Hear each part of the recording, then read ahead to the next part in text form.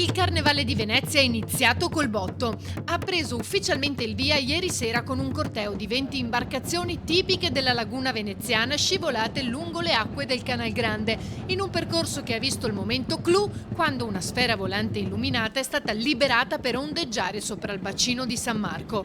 L'opening parade di Remember the Future è partita alle 19 da Cave Indraminca Lergi, un evento che volutamente non era stato annunciato e che insieme agli altri segna la rinascita del Carnevale.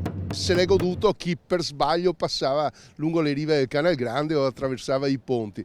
È stato un bel corteo perché sembrava quasi nella spontaneità della serie: vado, vogo, faccio e mi diverto, e chi magari passa di là può partecipare assistendo. È stato bello, è stato un grande gioco di luci nella piena tradizione, che è quella che noi vogliamo far continuare, quindi nella sua originalità e senza alterazioni, immancabilmente aperto come ogni anno dalla Pantegana, che è la regina del carnevale veneziano, e sull'acqua, che è il luogo più idoneo, diciamo, per dichiarare l'apertura del carnevale veneziano.